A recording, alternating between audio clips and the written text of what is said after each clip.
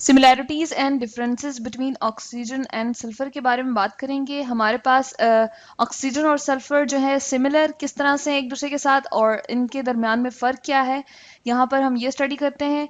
अगर हम ऑक्सीजन और सल्फर को देखें तो दोनों ही हमारे पास क्या है जी, दोनों की दोनों हमारे पास नॉन मेटल्स हैं। ठीक है, तो हम यहाँ लिखते हैं कि हमारे पास ये है नॉन मेटल। तो ये फर्स्ट हमारे पास इसकी क्या आ गई, सिमिलैरिटी आ गई कि दोनों की दोनों हमारे पास नॉन मेटल्स हैं। ठीक है, उसके बाद हम देखते हैं सल्फर जो है हमारे पास कंबाइंड स्टेट में हमें मिल रही होती है। हम इसको देखते हैं कि S8 की फॉर्म में भी हमें मिल रही होती है। इसके अलावा फ्री फॉर्म भी हमें इसकी मिल जाती है, एज इट इज यूं सल्फर भी हमें लिखा हुआ मिलता है। ठीक है, इसी तरह से ऑक्सीजन जो है वो हमारे पास जो है वो फ्री फॉर्म में भी एग्जिस्ट करती है, यानी कि एटॉमिक ऑक्सीजन की फॉर्म में भी हम इसको जो है वो बहुत सारे रिएक्शंस में देख रहे होते हैं और O2 की फॉर्म में भी देखते हैं। तो इस तरह से एक सेकेंड सिमिलैरिटी हमें इसमें नजर आ रही है कि हमारे पास ये क्या होती हैं जी, कंबाइंड स्टेट में भी नजर आती हैं दोनों की दोनों। ठीक है, जो हमारे पास नॉन मेटल्स हैं ये combined as well as free state में दोनों में होती हैं। कंबाइंड एंड हम लिखते हैं इनकी फ्री स्टेट, दोनों अवेलेबल हैं। ठीक है, तो ये भी एक हमारे पास जो है इनकी सिमिलैरिटी आ गई, दोनों में खसूसियत जो है वो हमारे पास एक जैसी आ गई। ठीक है,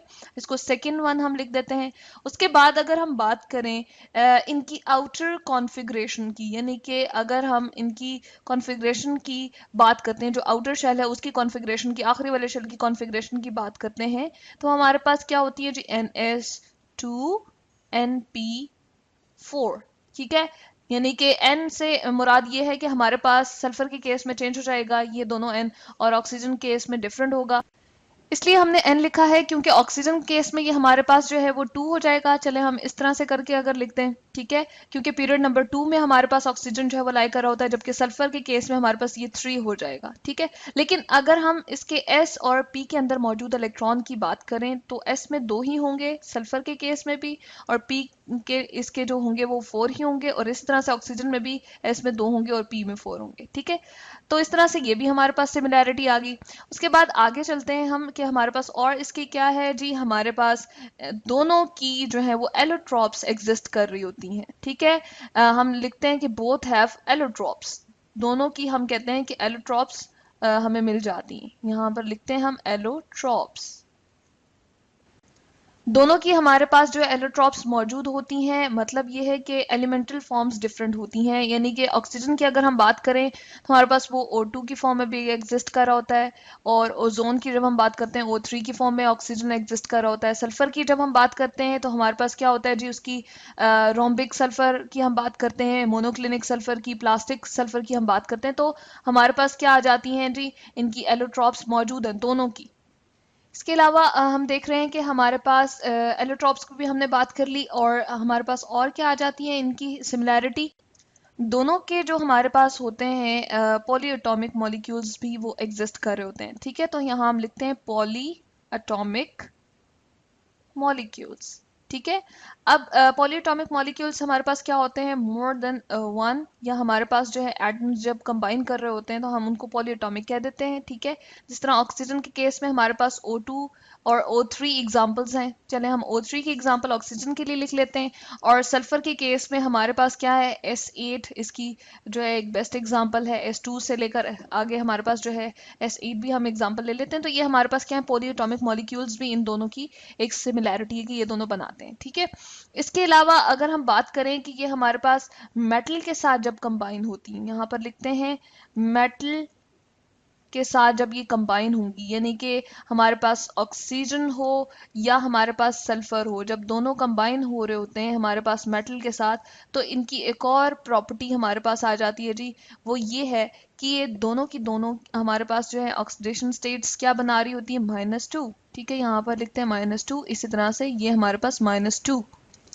तो इस तरह से हम देख रहे हैं कि मेटल्स के साथ जब कंबाइन होती हैं तो अपनी -2 ऑक्सीडेशन स्टेट के साथ ये जो है कंबाइन होती हैं। इसके अलावा कोवलेंट हमारे पास जो है हम कहते हैं कि बॉन्डिंग बना लेती हैं, या कोवलेंट कंपाउंड्स जो है वो जनरेट होते हैं कब, जब ये नॉन मेटल्स के साथ कंबाइन करती हैं। तो यहाँ पर हम लिख सकते हैं कि कोवलेंट कंपाउंड हमारे पास बनते हैं जब ऑक्सीजन, ये हमारे पास चलें सेवेंथ इसकी प्रॉपर्टी आ गई, एक सिमिलैरिटी आ गई कि दोनों के दोनों जो सल्फर है और इसी तरह से हमारे पास जो ऑक्सीजन है, दोनों कंबाइन करेंगे किसके साथ, नॉन मेटल के साथ, तो ये हमारे पास कोवलेंट कंपाउंड को बनाती हैं। नॉन, हम बताते हैं कि मेटल्स के साथ ये कंबाइन कर रही हैं, ठीक है, और इस तरह से ये हमारे पास कोवलेंट कंपाउंड जनरेट करती हैं। जैसे हम H2O की एग्जांपल ले सकते हैं, ठीक है, नॉन मेटल है ना, हाइड्रोजन, और ऑक्सीजन भी क्या है हमारे पास, इस तरह से उसके साथ कंबाइन करती है तो H2O बन जाएगा, ठीक है। तो इस तरह से हम देख रहे हैं कि कोवलेंट कंपाउंड बन गया। इसके अलावा अगर हम सल्फर की बात कर लेते हैं,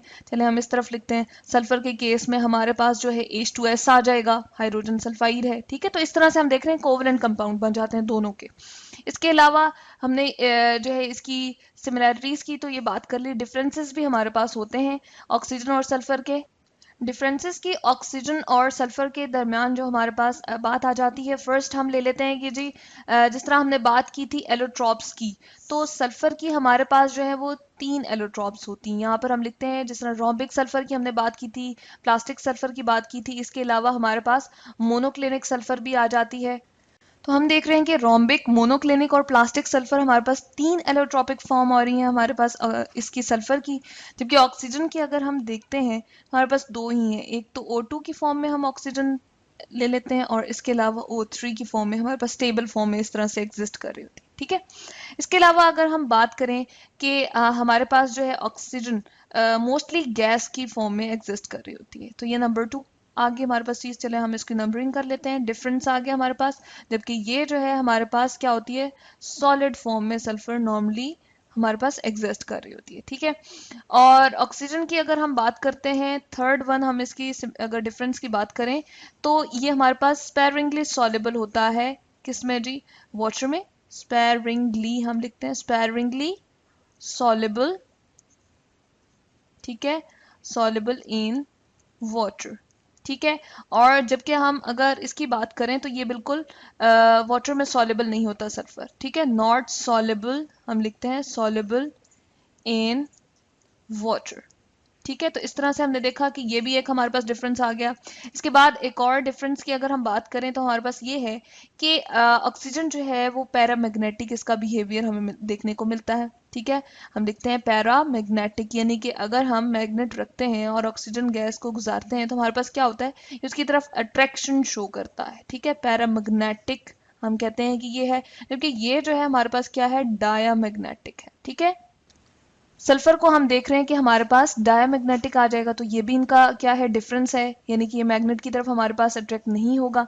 इस तरह से अगर हम देखें इसकी एक और हम देखते हैं कि डिफरेंस क्या आ जाता है कि अगर हम एसिड्स के साथ इसको रिएक्ट करें तो ये एसिड, हम लिखते हैं कि एसिड के साथ अगर हम क्या करवाना चाहें, ऑक्सीजन का रिएक्शन करवाना चाहें तो वो हमारे पास नहीं होता। जबकि अगर हम इसको करें सल्फर को, तो ये क्या हो जाता है, ये ऑक्सीडाइज्ड हो जाता है, ठीक है। हम लिखते हैं ऑक्सीडाइज्ड बाय एसिड्स, चाहे हमारे पास सल्फ्यूरिक एसिड हो, चाहे हमारे पास नाइट्रिक एसिड हो, कोई भी हो, तो ये उसकी वजह से क्या होता है, ऑक्सीडाइज हो जाता है। तो इधर हमने दोनों का लिख दिया कि नाइट्रिक एसिड हो या सल्फ्यूरिक एसिड हो, उसकी वजह से ऑक्सीडाइज हो जाएगा, ठीक है। उसके बाद एक और हम देख लेते हैं डिफरेंस क्या आ जाता है, यही इसी तरह से अगर हम अल्कलीज लें, ठीक है, और उसका रिएक्शन करवाएं किसके साथ जी, हम ऑक्सीजन के साथ रिएक्शन करवाते हैं तो हमारे पास क्या होता है, तो हम देखते हैं कि अल्कलीज ऑक्सीजन के साथ जो है, ऑक्सीजन का अगर हम रिएक्शन करवाएं तो वो उसके साथ रिएक्शन नहीं होगा। जबकि अगर सल्फर को हम देखते हैं तो वो क्या बना लेता है, सल्फाइड्स जो है वो प्रोडक्ट में हमें जनरेट करके देता है, ठीक है। सल्फर जब रिएक्ट करेगा तो क्या बन जाते हैं जी, उसके नतीजे में सल्फाइड्स जब अल्कलीज के साथ रिएक्ट करेंगे, और इसके साथ साथ हमारे पास थायोसल्फेट भी बन जाते हैं। तो यहाँ पर हम लिखते हैं, तो ये थायोसल्फेट्स हमारे पास, और इसी तरह से सल्फाइड्स बन सकते हैं जब हमारे पास क्या होता है जी, अल्कलीज रिएक्ट करती हैं किसके साथ, सल्फर के साथ। तो हम यहाँ पर लिख देते हैं अल्कलीज प्लस सल्फर, जब हम करते हैं सल्फर के साथ रिएक्शन करवाते हैं तो हमारे पास ये बन जाती है, ठीक है। इसके अलावा हमारे पास एक और डिफरेंस आ जाता है कि हमारे पास ये ऑक्सीजन जो है वो मोस्टली -2 स्टेट को ही शो कर रहा होता है, और जबकि सल्फर जो है -2, इसके अलावा +2, +4, ठीक है, तो वेरिएबल इसकी ऑक्सीडेशन स्टेट्स हमें देखने को मिल रही हैं, जबकि ऑक्सीजन की अगर हम देखें तो हमारे पास एक ही ऑक्सीडेशन स्टेट नॉर्मली हम देखते हैं, वो कौन सी होती है, G-2। तो ये हमने देखी कि सिमिलैरिटीज हमारे पास जो है वो हमने ऑलमोस्ट यहाँ पर 7 देखी, और इसी तरह से डिफरेंसेस भी हमने यहाँ पर 7 जो है वो देख ली हैं कि हमारे पास जो है ऑक्सीजन और सल्फर एक दूसरे से किस तरह से सेम भी हैं और किस तरह से डिफरेंस भी इनमें इन दोनों में फ़र्क भी किस तरह से आ रहा है। तो ये हैं जी similarities and differences between oxygen and sulphur.